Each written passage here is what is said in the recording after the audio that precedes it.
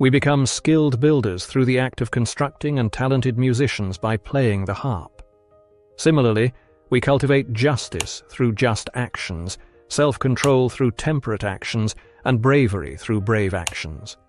Our choices and actions shape us into the individuals we aspire to be in the modern world.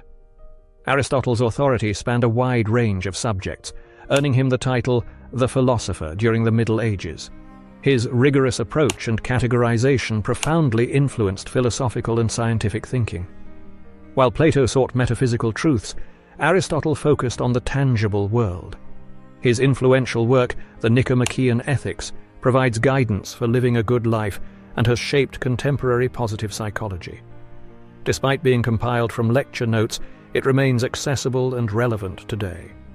Born in 384 BC in Stagira, Aristotle received his education at Plato's academy and later founded his own institution, the Lyceum. Unlike his teacher Plato, Aristotle emphasized observation and classification in his studies.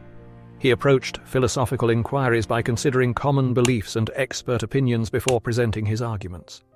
Aristotle's concept of form refers to the order and structure of things, in contrast to Plato's notion of form representing the underlying reality. Understanding an object's function is crucial to comprehending its essence.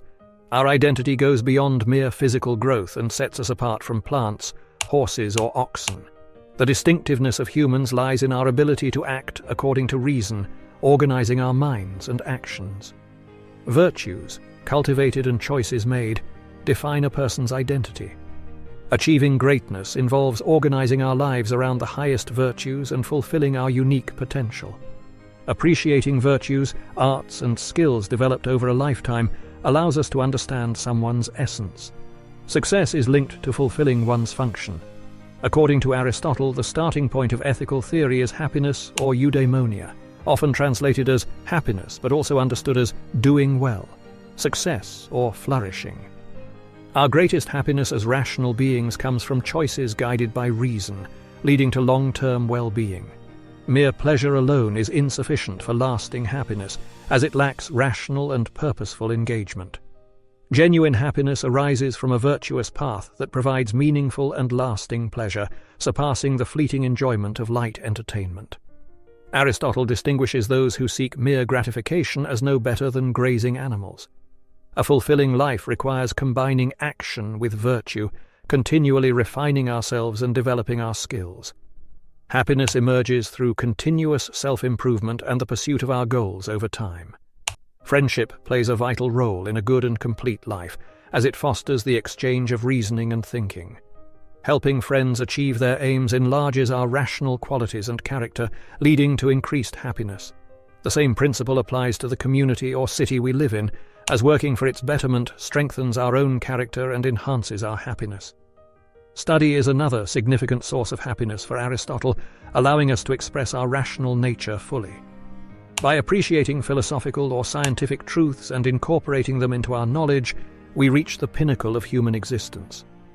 Aristotle concludes that happiness is not predetermined by fate or the gods, but can be acquired through the habitual expression of a virtuous life through work, application, or study. Building virtuous habits leads to personal success. A person's life should not be judged solely based on their ups and downs, but by the enduring virtues they develop and express. The measure of true success lies in the stability, nobility, and magnanimity of one's character.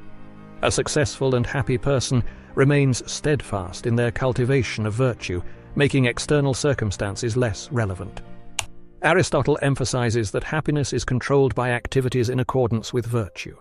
Plato believed that mere appreciation of virtue makes a person virtuous, while Aristotle emphasized the importance of virtue expressed through action.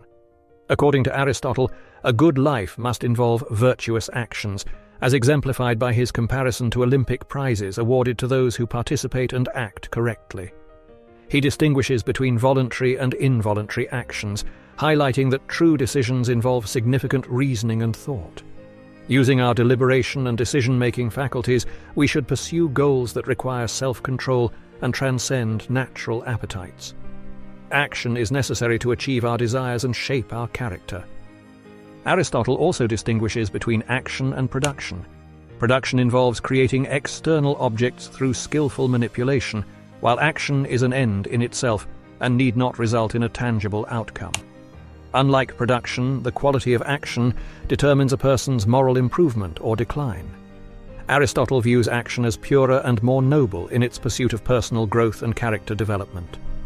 Although shaped by his privileged position in society, this distinction carries contemporary implications. Aristotle suggests that our purpose is not merely to produce and consume, but to contribute meaningfully to our community and society. Governments today increasingly prioritize gross national happiness over solely focusing on economic output. They draw inspiration from Aristotle's ideas on the good life and eudaimonia to shape policies aiming to maximize happiness for the majority. While this endeavor is commendable, caution should be exercised in prescribing individual happiness. Aristotle teaches that each person has a unique potential and a different path to the good life. Rather than pursuing happiness as a standalone goal, our challenge is to lead a life filled with meaning and purpose. By doing so, happiness naturally emerges as a byproduct of fulfilling our highest potential. Critics often challenge Aristotle's remarks in the Nicomachean Ethics, suggesting that external factors such as wealth, social status, and family play a role in happiness. However, Aristotle's emphasis on the meaningful life reminds us that contentment and excitement in life are not solely dependent on these external circumstances. If we actively work towards fulfilling our ultimate purpose or function, it becomes difficult not to experience happiness and fulfillment along the way. Thank you for watching.